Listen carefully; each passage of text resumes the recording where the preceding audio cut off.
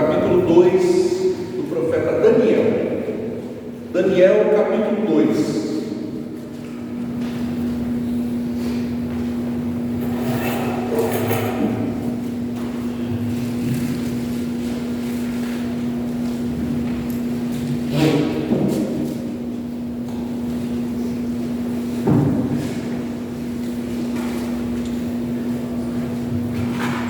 Deixe sua Bíblia aberta nesse capítulo. Ele é bem extenso, então nós vamos ler em 4 partes, na medida que vamos expondo a lição do Senhor para nós nesse texto.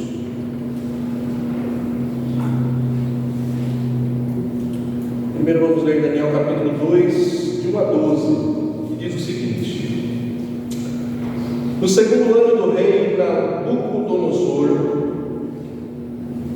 teve esse um sonho, seu espírito se perturbou e passou-lhe o sono. Então o rei mandou chamar os magos, os encantadores, os feiticeiros, os caldeus, para que declarassem ao rei quais lhe foram os sonhos. Eles vieram e se apresentaram diante do rei. Disse-lhes o rei: tive um sonho, e para saber está perturbado o meu espírito. Os caldeus disseram ao rei em aramaico: ó rei, vive eternamente. Diz o sonho a teus servos e daremos a interpretação. Respondeu o rei e disse aos caldeus: uma coisa é certa, se não me fizerem saber o sonho e a sua interpretação, sereis despedaçados, e as vossas casas serão feitas com muros. Mas se me declarardes o sonho e a sua interpretação, recebereis de mim dádivas, prêmios e grandes honras, e portanto declarai-me o sonho e a sua interpretação. Responderam segunda vez e disseram: diga ao rei o sonho a seus servos, e lhe daremos a interpretação. Tornou o rei e disse: bem percebo que quereis ganhar tempo, porque vedes o que eu disse está resolvido. Isto é, se não me fazeis saber o sonho, uma só sentença será a vossa, pois combinastes palavras mentirosas e perversas para as proferirdes na minha presença, até que se mude a situação. Portanto, dizei-me o sonho e saberei que me podeis dar-lhe a interpretação. Responderam os caldeus na presença do rei e disseram: não há mortal sobre a terra que possa revelar o que o rei exige, pois jamais houve rei, por grande e poderoso que tivesse sido, que exigisse semelhante coisa de algum mago, encantador ou caldeu. A coisa que o rei exige é difícil e ninguém há que a possa revelar diante do rei, senão os deuses, e estes não moram com os homens. Então o rei muito se irou e enfureceu, e ordenou que matassem a todos os sábios da Babilônia. Oremos, irmãos. Pai bondoso e amado, ilumine o nosso entendimento para que aprendamos sobre a grandiosidade do teu governo sobre todos os governos, Senhor. Dá-nos essa iluminação, essa sabedoria, para que em nossos dias, sejam quais forem os governantes, nós possamos também sermos instrumentos de transmissão, de proclamação da tua grandeza, da tua majestade, da tua soberania, Senhor. Ser exaltado, a Deus, em nossos dias e através da igreja do Senhor. É a nossa oração, em nome de Jesus. Amém. É óbvio que o assunto da semana foram as mudanças de governo, e toda mudança de governo implica em algumas perturbações, e tem sido assim desde a segunda passagem de comando na história da humanidade. Deus criou todas as coisas então fez a primeira passagem de comando na história da humanidade. Ele passou a Adão e Eva a administração, o governo, e disse: sujeitar e dominar a terra.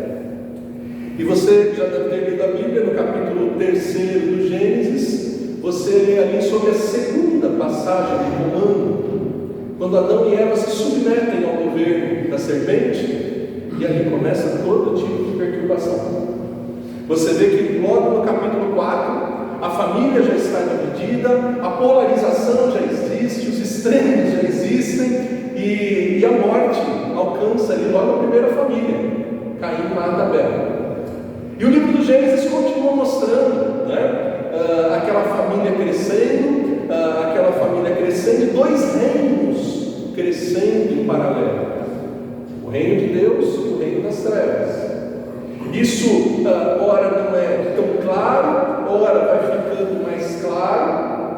Acontece o dilúvio, e ali na família de Noé, a gente já percebe que um dos filhos continuava submisso ao governo da mentira, da dúvida e de toda a destruição, tanto que é amaldiçoado pelo seu próprio pai. Isso continua acontecendo. Desse descendente de Noé amaldiçoado, saem praticamente todas as nações que se levantaram contra o povo de Deus. É desse descendente de Noé que sai o Egito, que sai a Babilônia. E você sabe que no livro de Gênesis, rapidamente aquela família cresce e acaba submissa ao governo do Egito, ao governo do faraó, com todas as perturbações que aquele governante trazia. Logo no primeiro capítulo do livro do Êxodo, você vê um faraó perturbado e que manda matar todas as crianças, todos os meninos, e ali essa perturbação é vista. E assim a história continua. Depois, mesmo sob a liderança de Moisés, caminho da terra prometida, não faltaram perturbações. E quando os juízes assumem o governo, você lê no livro dos Juízes que ora o povo tinha um juiz bom que conduzia o povo de acordo com aquilo que era agradável a Deus, mas ora o povo não se colocava numa condição de merecedor de um bom governo e recebia juízes ali que faziam coisas que afastavam o povo da presença de Deus. Esse é o período dos juízes. Logo começa o período dos reis. O primeiro dos reis que liderou as 12 tribos de Israel, Saul, era um homem perturbado. Era um homem que, conforme 1 Samuel 16, 14 a 23, precisou contar com a musicoterapia da harpa de Davi para se acalmar, pois ele estava perturbado por um espírito maligno. O primeiro rei das 12 tribos de Israel, por mais de uma vez, tentou matar o seu sucessor Davi, homem segundo o coração de Deus. Depois Davi assume o governo, conduz o povo num período de grande prosperidade, de grande segurança, de grandes vitórias. É sucedido pelo seu filho Salomão. Seu filho Salomão, que ainda conta com a fama dos efeitos do governo do seu pai, mas que já não era assim tão exemplar quanto o seu pai. De modo que, quando ele falta, os seus sucessores, Roboão e Jeroboão, já dividem o povo. E dali, mais 40 reis, 20 ao norte, 20 ao sul, todos os do norte não fizeram o que era bom perante o Senhor. Os do sul, alguns andaram nos caminhos de Davi, alguns foram mais fiéis a Deus. Mas foi inevitável, o povo entrou numa caminhada de rebeldia, de rebelião, de infidelidade a Deus, e por causa disso, Deus permite que o que sobrou no sul, porque o reino do norte já tinha sido esfacelado pela Síria, o que sobrou no sul seja levado cativo para a Babilônia e ali fique 70 anos naquele cativeiro. E o livro de Daniel, ele é desse contexto. Daniel era alguns dos jovens que foi tirado de Judá, levado para ser reinculturado, para ser recodificado na Babilônia, com os valores, os princípios, as crenças que se tinha ali naquele reino pagão. E Daniel é levantado ali como um servo de Deus, resistindo, ainda se santificando e ainda se submetendo ao governo de Deus antes de se submeter ao governo daquele povo pagão e daquele rei pagão. E o que nós lemos aqui nesses 12 primeiros versículos é sobre um governante perturbado. É sobre um governo extremamente perturbado. Veja, logo no primeiro versículo do capítulo 2, nós lemos sobre isso, que Nabucodonosor teve um sonho e o seu espírito se perturbou e passou-lhe o sonho. É uma perturbação tão grande que ele faz uma convocação para todos os sábios do reino, os encantadores, os magos, os feiticeiros, os caldeus, eram como que a academia da Babilônia. É interessante que o conhecimento naquele contexto se misturava entre ciência e sincretismo, se misturava astronomia com astrologia, se misturava química com feitiçaria, porções mágicas. Então o rei convoca ali todos os seus intelectuais que tinham todo esse sincretismo e dá para esses intelectuais uma ordem. Eles tinham que dizer qual o sonho e qual o significado. A perturbação se explica porque na crença deles, eles acreditavam que os deuses, as divindades pagãs, se comunicavam com os homens através de sonhos, especialmente se comunicavam com as autoridades através de sonhos. E se esquecer do sonho era um sinal de que a divindade estava irada e que deu um recado, mas tirou o recado justamente porque não estava contente com aquele governante. Por isso que a ordem aqui não é apenas para dar uma interpretação, mas é para que desse o sonho. Verdadeiramente Nabucodonosor não se lembrava. Sabe quando você acorda e fala, eu sonhei com alguma coisa e não lembra o que foi? Sabe? Às vezes a gente acorda até com algumas reações fisiológicas, suado, né? Porque a gente vivencia aquele sonho, mas depois você não lembra muito bem, você não consegue juntar as peças. Então Nabucodonosor teve uma experiência como essa e ele baixa um decreto. E ele baixa um decreto terrível, porque veja, no versículo 5 ele diz: se vocês não me derem o sonho e a interpretação, vocês vão ser mortos e a casa de vocês vai ser despedaçada. Imagina a tensão, imagina o estresse, né?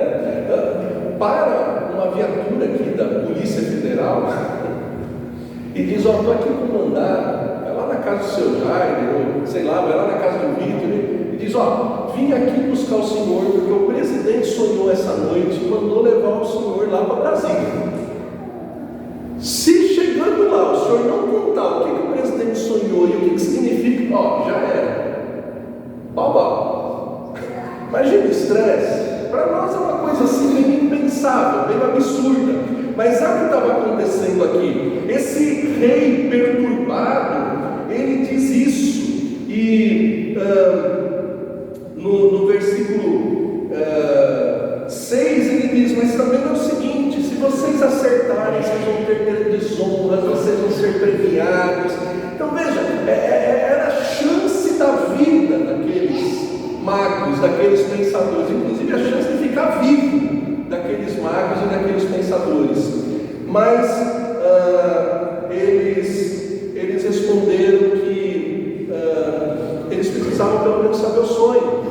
Eles precisavam pelo menos saber o sonho. E o rei fala, não, peraí, vocês estão querendo ganhar tempo, vocês não entenderam.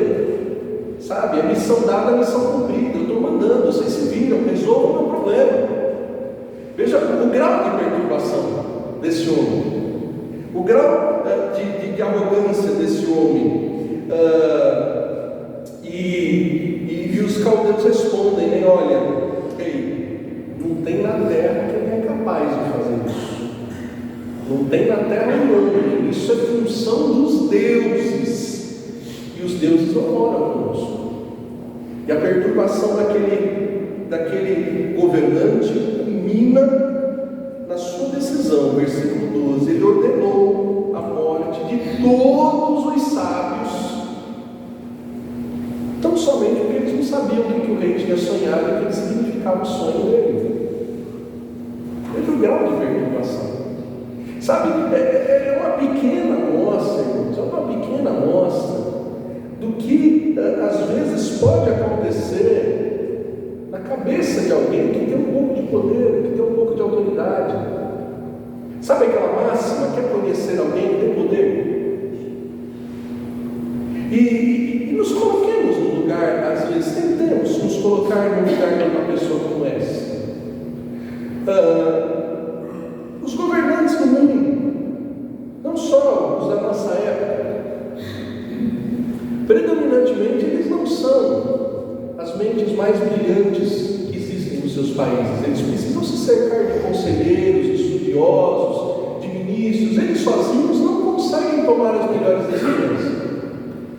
Além disso, esses homens que vivem nos palácios, que têm que tomar essas decisões que decidem a vida de milhões e milhões de pessoas, via de regra, não são os homens mais crentes ou mais cristãos que estão disponíveis nas suas nações, nas suas pátrias. Muitas vezes eles são completamente ignorantes sobre a palavra de Deus. Muitas vezes eles não têm o Espírito Santo atuando na vida deles de forma salvadora. Cremos, inclusive, que Deus, com seu Santo Espírito, conduz as autoridades, mas não para a salvação. Então, imagine como é perturbada uma mente com tão grande responsabilidade, cercada de tantas ameaças, cercada de tantos medos, inclusive o medo do inferno, o medo da morte que eles têm. E como é que toma a decisão? Como é que se sente seguro? Como é que se protege? Queridos, ao longo da história da humanidade, eu já citei aqui para vocês alguns desses governos absolutamente perturbados e perturbadores que houve. Lembra de Faraó matando as crianças? Lembra de Saul? Estamos olhando para o Nabucodonosor, que no próximo capítulo de Daniel, ele manda queimar numa fornalha 3 jovens, porque não aceitaram se curvar diante de uma estátua que ele mandou construir. E no capítulo 4 do livro de Daniel, você lê que ele realmente já caminhava por uma perturbação tal, que ele fica louco, e ele acorda um dia disputando capim com os animais, comendo realmente como se fosse um bicho. Então veja, é a amostra de um dentre vários governantes, e eu poderia citar outros. Na época do Império Grego, houve um homem chamado Antíoco Epifânio. Quando os judeus tentavam reconstruir o templo, esse Antíoco Epifânio, entre outras coisas, ele pega uma porca e leva para ser sacrificada no altar do templo de Jerusalém. E você sabe como isso era algo nojento para os judeus que não comiam carne de porco e tinham porco como animal imundo, entre tantas maldades. Você lê na própria Bíblia, depois Herodes, Mateus capítulo 2, de novo manda matar todos os meninos. Outra mostra de governante perturbado. Ainda no Evangelho de Mateus capítulo 14, você ouve falar de uma Herodias que pede a cabeça de João Batista e recebe a cabeça do maior profeta, segundo a palavra de Deus. Você sabe sobre Pôncio Pilatos, que foi conivente e omisso julgamento mais injusto que houve na história da humanidade, o julgamento de Jesus. Nosso irmão apóstolo Paulo foi denunciado como se fosse o responsável pelo incêndio de Roma. E Nero manda decapitá-lo, culpando ele pelo incêndio em Roma, e assim por diante. Eu queria citar para vocês na Idade Média, o rei Carlos IX na França reinou de 1560 a 1574. Em 23 de agosto de 1572, ele lidera o que foi chamada a Noite de São Bartolomeu. Sabe o que foi a Noite de São Bartolomeu? Foi uma noite em que começou a matança dos principais líderes protestantes, huguenotes. Tem quem diga que as mentes mais brilhantes da França foram assassinadas só naquela noite.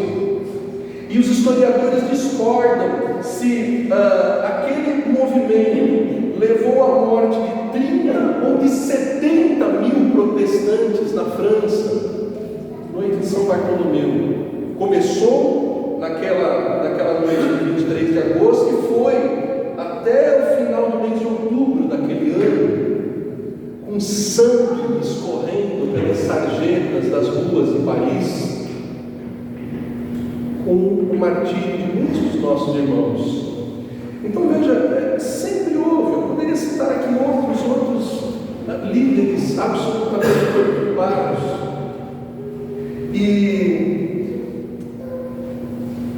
E o povo de Deus tem que reconhecer e lembrar que sempre existiu, e até que Jesus Cristo volte, existiram dois reinos. Um reino submisso e fiel ao Rei dos Reis, e um outro reino espalhado por toda a face da terra, que, como diz o Senhor Jesus lá em João capítulo 8, versículo 44, faz o quê? Olha só, João capítulo 8, versículo 44,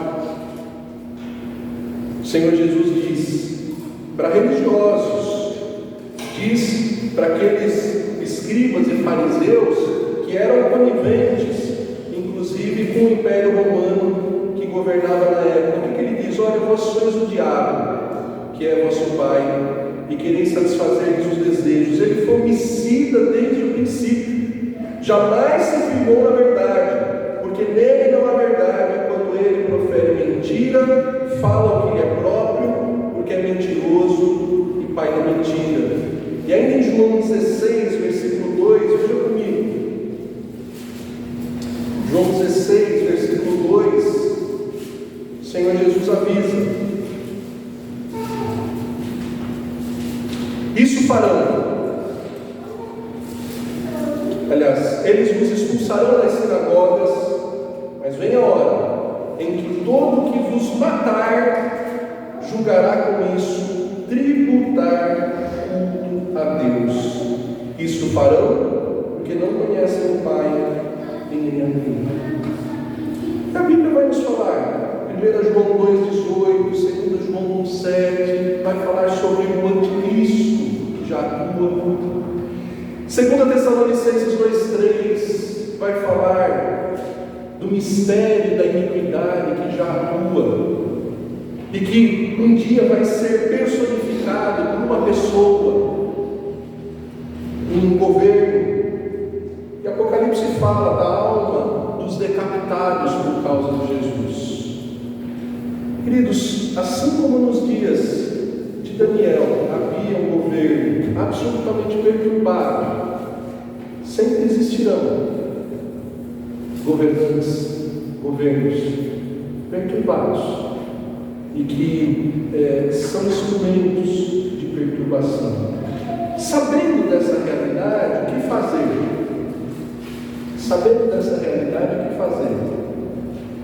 A gente vê em Daniel 2, de 13 a 23, o que Daniel fez. Leia comigo. Olha só, Daniel 2, de 13 a 23. Daniel 2, de 13 a 23 diz: saiu o decreto segundo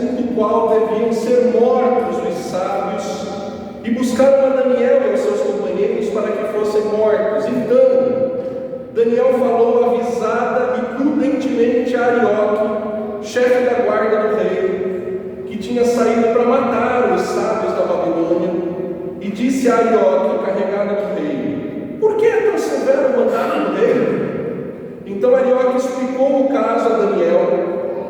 Foi Daniel ter com o rei, lhe pediu que designasse o tempo, e ele revelaria ao rei a interpretação. Então Daniel foi para casa e fez saber o caso a Ananias, Misael, Azarias, seus companheiros, para que o pedissem misericórdia a Deus do céu sobre esse mistério, a fim de que Daniel e seus companheiros não perecessem com o resto dos sábios da Babilônia. Então foi revelado o mistério a Daniel, numa visão da noite. Daniel bendisse o Deus dos céus. Disse Daniel: seja bendito o nome de Deus de eternidade a eternidade, porque dele é a sabedoria e o poder. É ele que muda o tempo e as estações, remove reis e estabelece reis.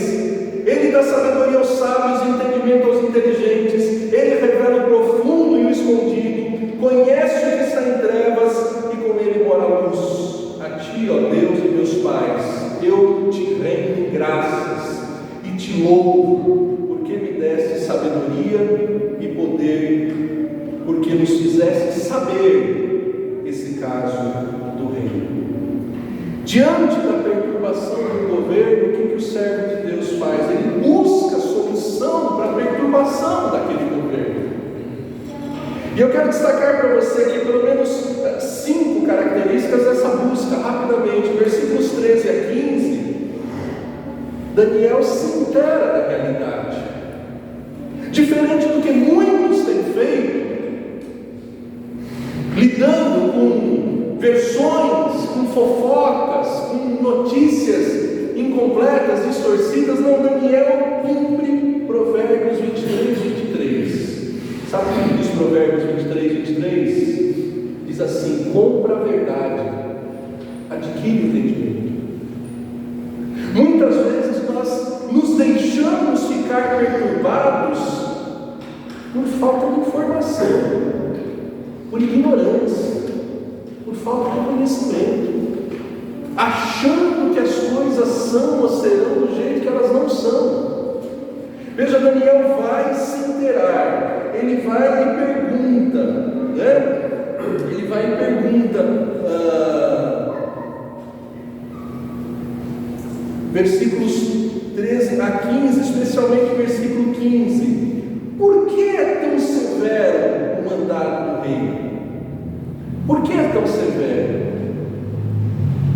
Ele se inteira do que está acontecendo. E muita da perturbação que às vezes a gente sofre é por não saber o que está acontecendo, é por ficar caindo nesse telefone sem fio, que vai trazendo informações desencontradas e que vai fazendo o coração disparar. Não, Daniel vai se inteirar do que estava acontecendo. É isso mesmo, é assim mesmo.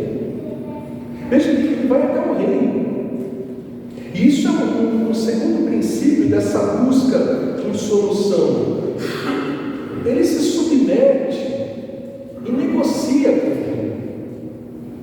Aquilo que os magos não tinham conseguido. Lembra que os magos pediram? Olha, versículo 8. O rei disse: vocês querem ganhar tempo. Olha o versículo 16. Foi Daniel ter com o rei, ele pediu que designasse o tempo e revelaria a interpretação. Veja, Daniel se submete e negocia.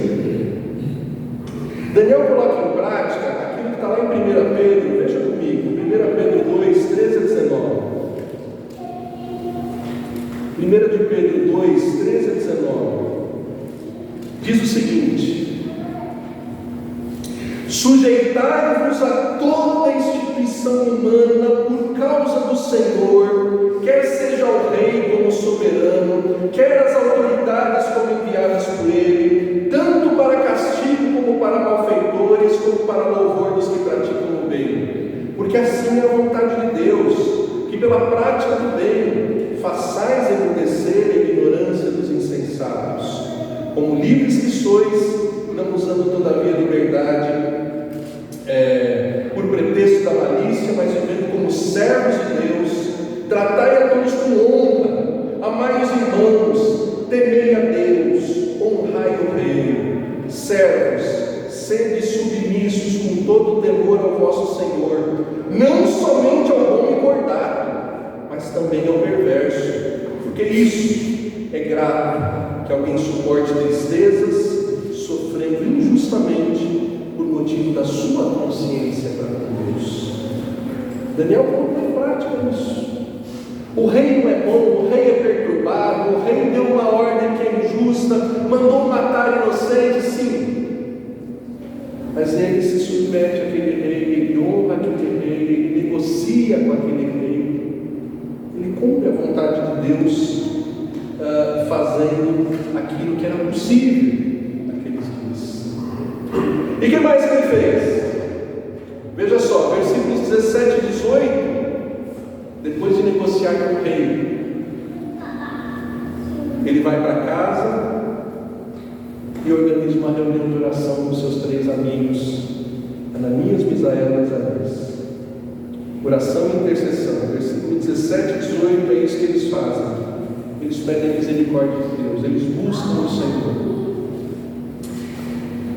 O que fazer diante de algum governo que causa alguma perturbação?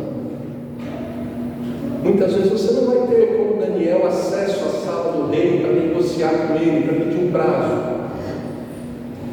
Mas você sempre tem acesso à sala do Rei dos Reis, pelo novo e vivo caminho, do nome de Jesus, da pessoa de Jesus como mediador, para obedecer e para imitar Jesus. Você se lembra Jesus quando estava na iminência de sofrer a maior das perturbações, conduzida por um governo precipitado, corrupto? O que ele fez? Ele pega Pedro, João e Tiago e fala: vem comigo que nós vamos orar. Eles vão para um monte chamado Getsemane, que significa onde se espreme as azeitonas, aprensam-se vazios o azeite, e ali ele espremiu. Mas ainda que suando gotículas de sangue, ele ora. Ele ora, e a gente sabe o que ele orou, porque João capítulo 17 nos registra, e a gente aprendeu com Paulo. O Paulo que várias vezes esteve diante de autoridades, injustamente levado a tribunais, injustamente denunciado a tribunais. E o que Paulo escreve em 1 Timóteo 2, 1 a 6? Antes de tudo, eu quero que os homens orem, intercedam, façam orações, intercessões, súplicas, ações de graças por todos os homens, e principalmente pelos que estão investidos de autoridade, se queremos ter vida tranquila. Se algum governo oferece qualquer tipo de perturbação, antes de mais nada, o servo de Deus precisa orar. Não é ir para a porta do quartel, não é ir para a Paulista, não é assim que servo de Deus trata com problemas promovidos pelas autoridades. É fechar a porta do seu quarto, pedindo em secreto Deus ouve. É na casa de oração para todos os povos. Só que oração é um ponto tão fraco nosso, né? Oração é um ponto tão fraco nosso. Não é assim. Se a gente pode conversar com o Rei dos Reis, por que a gente não imita Daniel e intercede? E mais, o que ele faz? Ele recebe a revelação de Deus. Ele já tinha sido dito, né? Que Daniel, veja só, Daniel capítulo 1, versículo 17. O livro de Daniel nos conta o seguinte: ora, a esses 4 jovens Deus deu conhecimento e inteligência em toda a cultura e sabedoria, mas a Daniel deu a inteligência de todas as visões e sonhos. A gente não não sabe o quanto Daniel tinha consciência, ou se foi essa a primeira experiência dele em ser usado por Deus para ter esse discernimento sobre o sonho. Mas a gente sabe que após essa oração, Daniel começa a agradecer porque ele recebeu essa revelação. E veja, é preciso fazer um parênteses aqui. Nem todo sonho é revelação de Deus. Lá em Números capítulo 12, versículo 6, diz que Deus, quando se revelava, ele se revelava em sonho ou em visão, mas com Moisés ele falava face a face. Lá em Jeremias capítulo 23, 28 a 32, a Bíblia diz assim: quem tem sonho, conte como sonho. Porque nem todo sonho é revelação de Deus, né? O próprio apóstolo Paulo diz que se alguém, mesmo que seja ele, trouxer um outro evangelho, isso é anátema. O próprio Paulo diz que toda a Escritura é inspirada por Deus e útil para correção, para exortação e para habilitar o homem para toda boa obra. Nós não buscamos revelação, novas revelações, porque toda a revelação de Deus está aqui, de Gênesis a Apocalipse. Inclusive Apocalipse capítulo 22, 18 e 19 diz que quem tira ou coloca alguma coisa aqui é maldito. Nós temos a revelação de Deus. Mas nos dias de Daniel a revelação estava sendo dada. E ele vai, busca e recebe a revelação de Deus, porque ele tinha esse dom extraordinário, que não é um dom que se repete toda hora, em todo momento. E é isso que ele leva perante o rei. Que ele recebeu de Deus, ele leva perante o rei, mas veja, ele já começa a louvar e adorar a Deus. Ele não tinha nem testado ainda, ele não tinha nem pego a revelação e falado: bom, deixa eu ver se vai funcionar, indo lá no palácio para ver se o rei cancelava o decreto. Não, ele só recebeu. Mas como ele sabia que vinha de Deus, como ele sabia que era o soberano Deus que estava dando para ele a capacidade de lidar com aquela perturbação, o que ele faz? Ele louva, ele adora, ele bendiz a Deus, ele reconhece a sabedoria de Deus, ele reconhece o poder de Deus. E queridos, isso também tem sido uma fraqueza nos nossos dias. Uma fraqueza. O povo de Deus nos nossos dias, especialmente depois da pandemia, está destreinado em louvar, adorar, agradecer a Deus. Está destreinado. Está muito ocupado com o que vem pela internet, pelo YouTube, pelas redes sociais. Está com uma overdose de informações mundanas e desencontradas e está raquítico de louvor e adoração a Deus. Dá uma olhadinha. Quanta gente está faltando, sabe? E é por isso também que muitas vezes a nossa geração, os nossos irmãos, a nossa igreja, no Brasil, anda tão perturbada com mudança de governo, com as perturbações que os governantes possam trazer, porque ela deixou de fazer o que é principal. Lembra o que Paulo ensinou? 1 Coríntios 10, 31. Quer comais, quer bebais, ou façais qualquer outra coisa, fazem tudo para a glória de Deus. Eu e você existimos para louvar e glorificar a Deus e gozá-lo para todo sempre. Só que quando a gente esquece do que é principal, quando a gente esquece de fazer o ser principal ser o principal na nossa vida, as coisas mais periféricas, as notícias mais periféricas tomam o centro do nosso coração, nos perturbam, nos desviam daquilo que é principal. Veja, queridos, quantos de nós estão preocupados, como Daniel, em buscar a notícia verdadeira? Quantos de nós vai na fonte primária, em vez de ficar lidando com mensagens e mensagens? Quantos de nós está pronto para se submeter ao governo, seja qualquer governo. A gente ainda é muito pronto para ser rebelde, para se rebelar, para reagir, mas e para se submeter? Quantos de nós? Existe uma crise de autoridade, é verdade. As nossas autoridades nos nossos dias não são as melhores, nem inspiram tanto assim submissão, mas são aquelas que Deus tem instituído sobre a nossa vida. Seja por urna eletrônica, seja por voto impresso, seja qual for o caminho, nenhum rei é estabelecido, nenhum rei é deposto, se não for por vontade de Deus.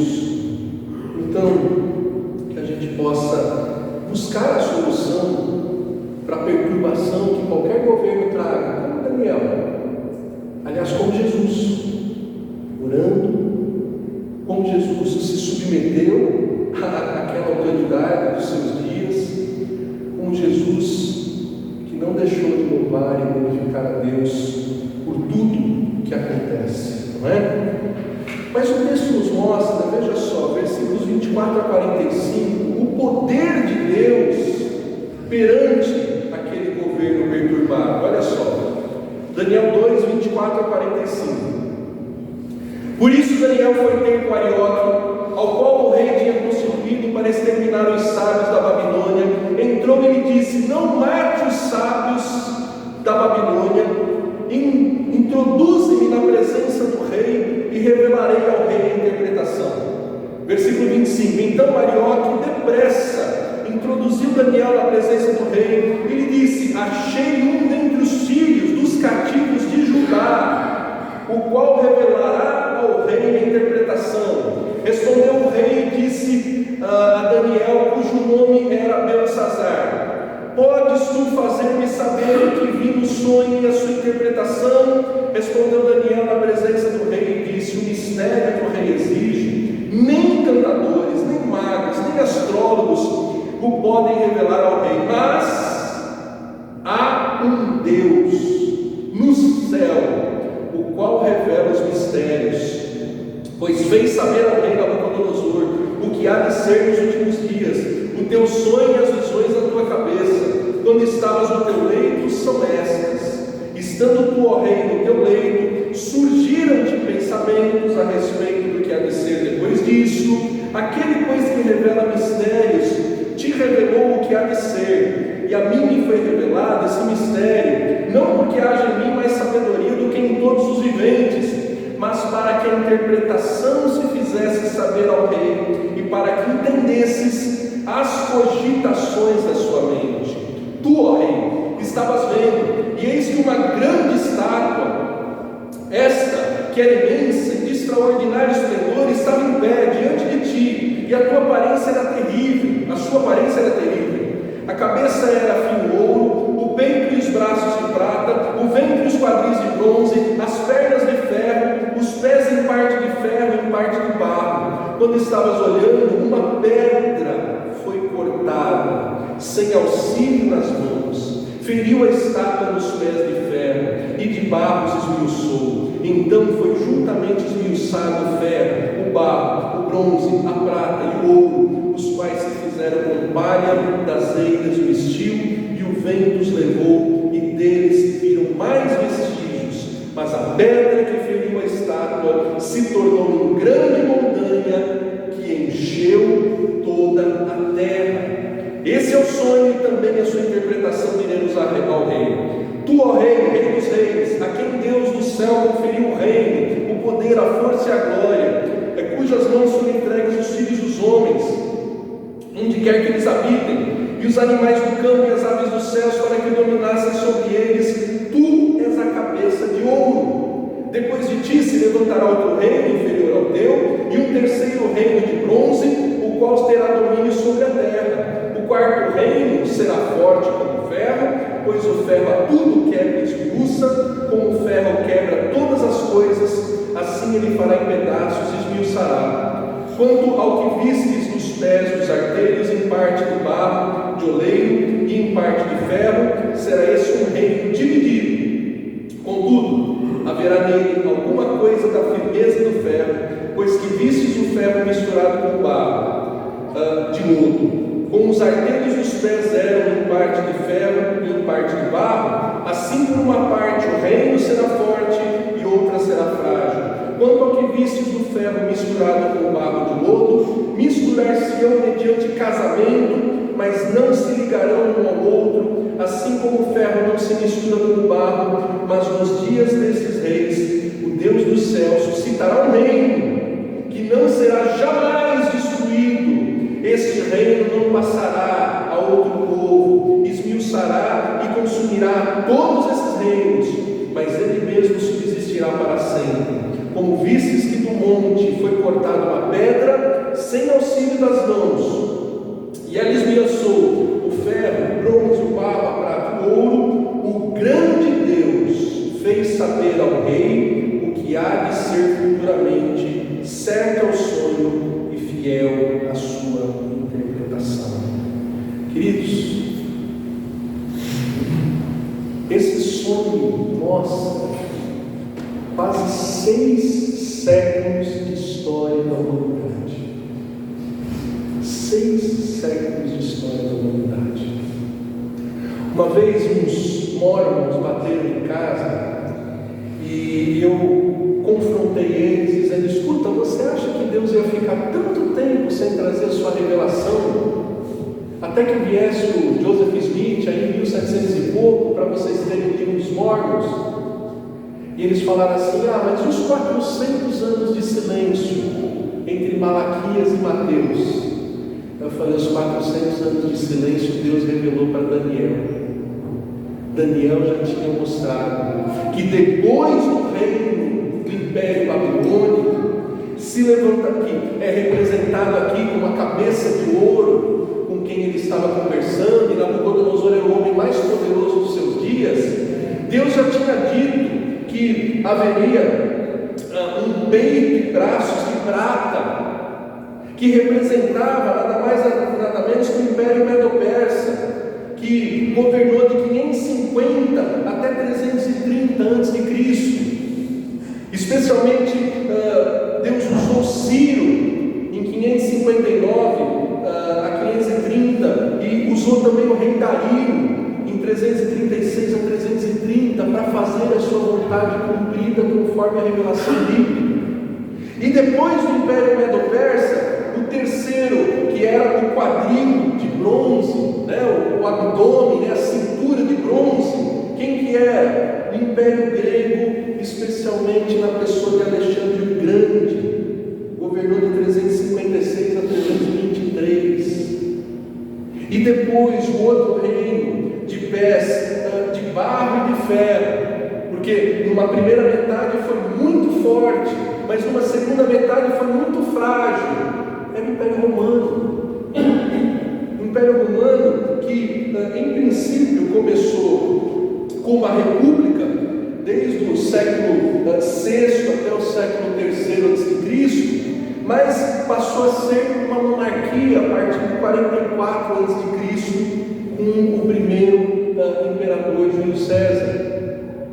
E era esse império de ferro e barro que dominava sobre a humanidade quando surge aquela pedra que é cortada sem ajuda de mãos e que acerta o pé de barro e de ferro. Sabe, eu fiquei imaginando, quando a gente viu as torres gêmeas do World Trade Center desmoronando, porque foram atingidas por 2 aviões, acertou o meio dos 2 prédios. Aqui você imagina o seguinte: essa grande estátua que representa esses 4 grandes reinos: Império Babilônico, Império Medo-Persa, Império Grego e o Império Romano, sendo acertado no calcanhar, sendo acertado na pedra e vindo tudo abaixo. E essa pedra é aquela que nós vemos no versículo 45 sendo dita, que o grande Deus que governa a história e que faz toda a história apontar para Jesus Cristo, faz toda a história ter sentido em Jesus Cristo, Como cantamos no início do culto, tudo é feito por meio dele, para ele e para a glória dele. Era esse que estava sendo apresentado para aquela autoridade. O poder de Deus estava sendo demonstrado. Em outros momentos, Daniel é usado para apresentar também isso. Você vê outras visões, a visão que Daniel teve no capítulo 7, a visão que Daniel teve no capítulo 8. Leia comigo, Daniel 8, versículo 20 e 21, olha só. Daniel 8, versículo 20 e 21. Olha só. Aquele carneiro com 2 chifres que vistes são os reis da Média da Pérsia. Mas o bode peludo é o rei da Grécia. O chifre grande entre os olhos é o primeiro rei. O ter sido quebrado, levantando-se 4 em lugar dele, significa 4 reinos que se levantarão deste povo, mas não com força igual que tinha. A rocha que vem e quebra todos os reinos, e que cresce como uma montanha que se enche sobre a terra, é nada mais, nada menos do que, veja, Daniel capítulo 7, versículo 13 e 14. Daniel capítulo 7, versículo 13 e 14, olha só. Eu estava olhando nas minhas visões de noite, e eis que vinha com as nuvens do céu, um como filho do homem, e dirigiu-se ao ancião de dias, e o fizeram chegar até ele. Foi-lhe dado o domínio e a glória e o reino, para que os povos, nações e homens de todas as línguas o servissem. O seu domínio é domínio eterno, que não passará. O seu reino jamais será destruído. Filho do homem, que quando interrogado pelo imperador romano, disse: o meu reino não é desse mundo. O filho do homem, que quando interrogado pelo imperador, disse: se dos céus não tivesse sido tirada a autoridade, nenhuma autoridade você teria. Esse é o poder de Deus que foi demonstrado diante daquele governo perturbado. E esse é o poder de Deus que os governantes precisam conhecer. Todos, em todas as instâncias, precisam conhecer o Rei dos Reis, o Senhor dos Senhores.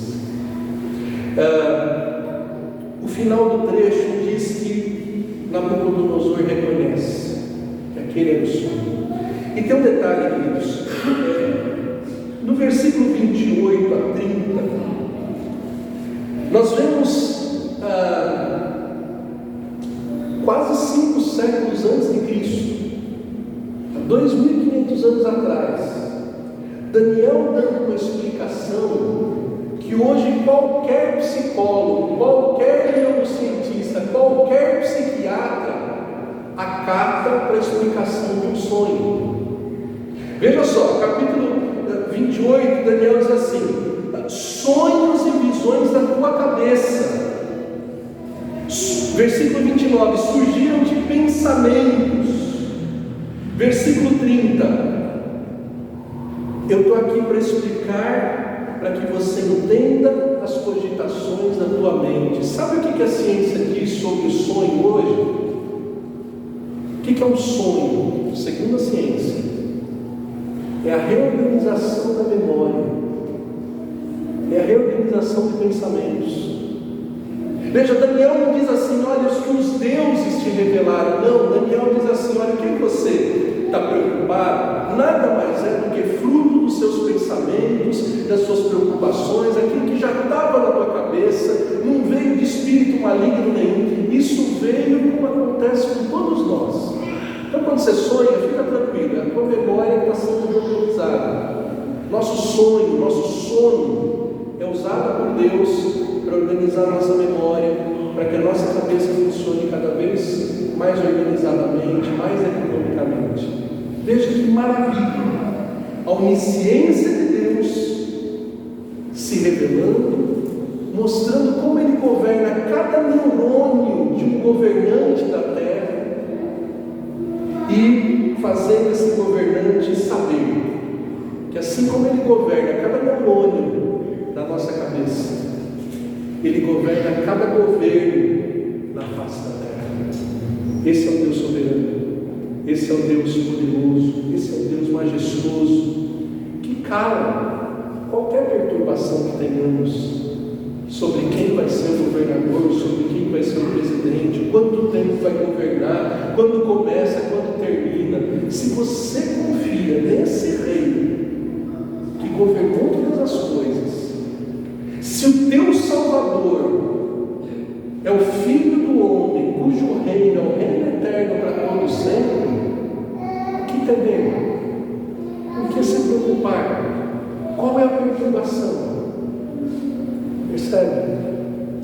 Agora o que falta nos nossos dias, irmãos, são homens e mulheres como Daniel, prontos para assumir posições dentro dos palácios e levando o conhecimento do poder desse Deus para dentro dos palácios, para dentro dos tribunais, para dentro dos batalhões, sendo sal na terra, sendo luz nesse mundo.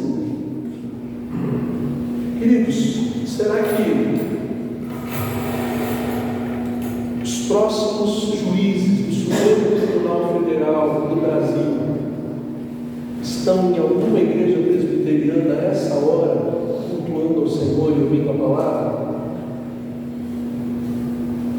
Veja, André Mendonça não foi escolhido só porque, entre aspas, era terrivelmente evangélico.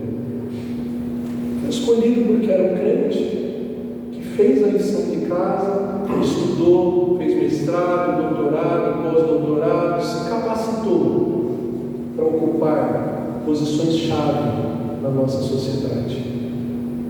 Será que nós não somos chamados para, como Daniel, como José do Egito, como Abraham Kuyper? Sabe quem foi Abraham Kuyper? Primeiro-ministro da Holanda. Sabe o que ele era antes de assumir o governo da Holanda? Pastor. Esses dias, no ônibus aqui no Jardim Caraí, 18, sabe onde é que é o ponto final do Jardim Caraí? Na rua João Amós Comênios. Sabe quem foi João Amós Comênios? Foi um pastor que desenvolveu um método de alfabetização na Suécia, e muito tempo antes de outros educadores, ele já tinha erradicado o analfabetismo no seu país, um pedagogo. Esse é o desafio, queridos. É com isso que a gente tem que ficar preocupado, não com quem vai ser o governante, mas em como estar pronto para ser uma bênção nas mãos de Deus. Como ser capaz e competente, e como Daniel, ser levado para dentro dos palácios, para influenciar, para ser sal da terra, para ser luz no mundo. Então, queridos, o governo de Deus sobre a perturbação do governo, ele deve ser vivido como Daniel viveu. Deve ser vivido desse modo, diante das perturbações, inteirados da verdade, cheios de oração, louvando a Deus, apresentando a revelação de Deus àqueles que não conhecem esse Deus tão poderoso, e dispostos a ser vaso de bênção, a ser sal nessa terra, a ser luz nesse mundo tão tenebroso, nos palácios, nos tribunais, onde Deus te levar, nas escolas, nas universidades. Que Deus te faça uma bênção e seja instrumento para levar o poder de Deus, o conhecimento desse Deus tão poderoso diante de autoridades tão perturbadas e tão perturbadoras. Nós vamos encerrar esse culto cantando o que mesmo? No controle do estás. Nós vamos cantar aqui no controle do nosso Deus está. Eu convido você a ficar em pé. Após cantarmos, peço que o nosso irmão seminarista Raul nos dirija numa oração, e aí entraremos a bênção